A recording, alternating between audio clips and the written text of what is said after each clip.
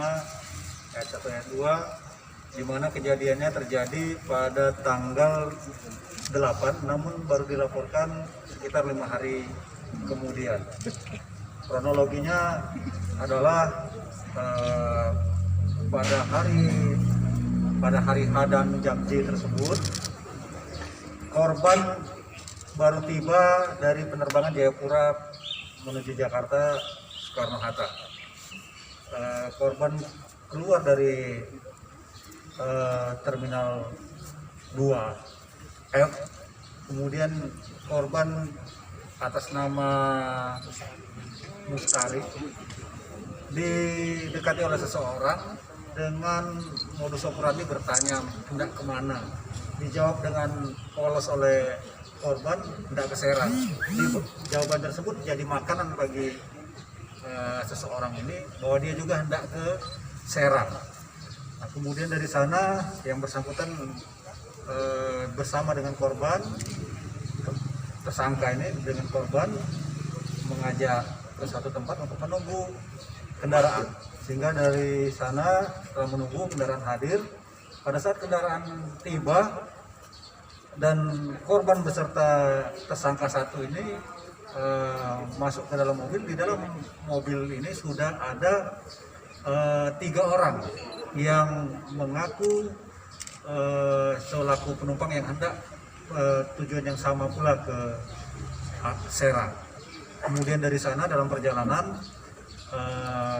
masih di wilayah hukum Tangerang, kendaraan diarahkan kepada tempat perhentian dengan alasan hendak membeli minuman untuk menghindarkan dari mabuk perjalanan ataupun keluhan lainnya. Ketika tersangka yang membeli minuman ini naik kembali ke mobil, ditawarkan kepada korban. Kemudian korban tanpa rasa curiga meminum minuman tersebut. Ternyata setelah diminum, korban merasa pusing dan kemudian pingsan. Dari sana korban sudah tidak sadarkan diri. Setelah tersadarkan diri, yang bersangkutan tidak tahu tempatnya di mana, namun berdasarkan laporan dari yang menemukan korban, yaitu seorang tukang ojek, korban ditemukan berada di daerah Lebak Bulus. Korban diturunkan atau dibuang oleh para pelaku yang jumlahnya 4 orang ini di Lebak Bulus. Setelah pulih dari ketidaksadarannya, korban baru melaporkan ke Polresta Bandara Soekarno-Hatta sekitar 5 hari kemudian. Kemudian korban juga melaporkan bahwa korban berangkat dari Jayapura dengan berbekal uang 17 juta, kemudian 1 laptop, kemudian ada 6 handphone yang akan dia berikan kepada saudara-saudara atau keluarganya, dan 1 handphone juga yang beliau korban miliki, sehingga total ada sekitar 7 handphone, 1 laptop, dan uang 17 juta.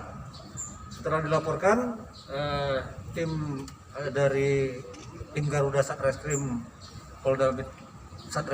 Polresta Bandara Soekarno-Hatta melakukan penyelidikan ya, dengan mengumpulkan barang bukti, saksi-saksi yang sekiranya dapat untuk mengungkap. Dan benar bahwa tidak beberapa lama tim Garuda Satreskrim berhasil mengungkap kasus tersebut dengan peran masing-masing.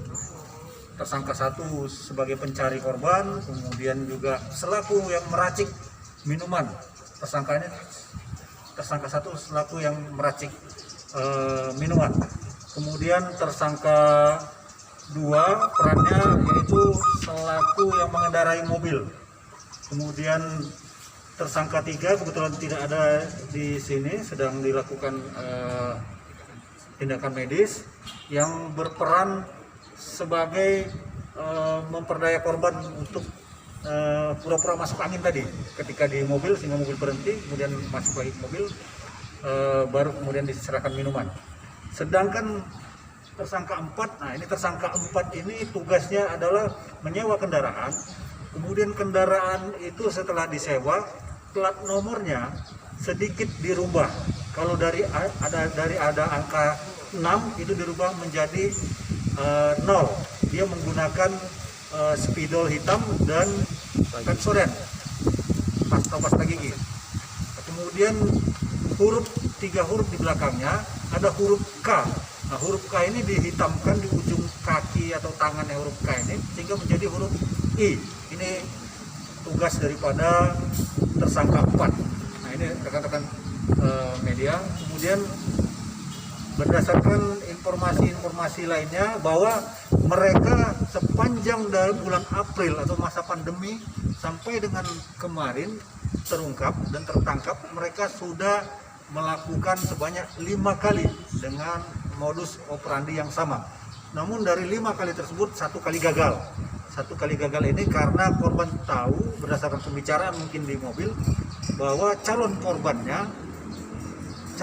daripada tersangka ini adalah anggota TNI, sehingga mereka mengurungkan niatnya. Berarti dari kurun waktu April sampai dengan bulan Agustus ini mereka sudah 5 kali bermain, kemudian 1 kali gagal, berarti 4 kali mereka berhasil membuat orang lain pingsan, kemudian dibuang dan diambil harta milik korban. Kemudian kami himbau untuk korban lainnya agar segera melapor ke Polresta Bandara Soekarno-Hatta. Kemudian rekan-rekan, sebagai catatan bahwa di antara mereka ini ada yang sarjana, lulusan S1 sarjana ya, strata gelar akademisnya yaitu sarjana teknik pertanian ya. Dan lucunya lagi modus mereka ini masih meninggalkan uang yang mereka ambil untuk korban diselipkan di kantongnya, itu sekitar 100-200 ribu diberikan kepada korban, mungkin untuk korban bisa menghubungi keluarga atau menjemput yang korban tersebut. Kemudian dari keempat tersangka ini, pelaku 1 dan 2 adalah residivis. Berarti yang bersangkutan pelaku 1 dan 2 ini atau tersangka 1 dan 2 ini biasa bermain demikian dan pernah dihukum untuk kasus yang sama. Ya, demikian rekan-rekan singkat dari saya. Nanti pendalaman lebih lanjut silakan rekan-rekan tanyakan kepada Pak Kasat Reskrim. Saya akhiri dan wabillahi taufiq wal hidayah. Wassalamualaikum warahmatullahi wabarakatuh.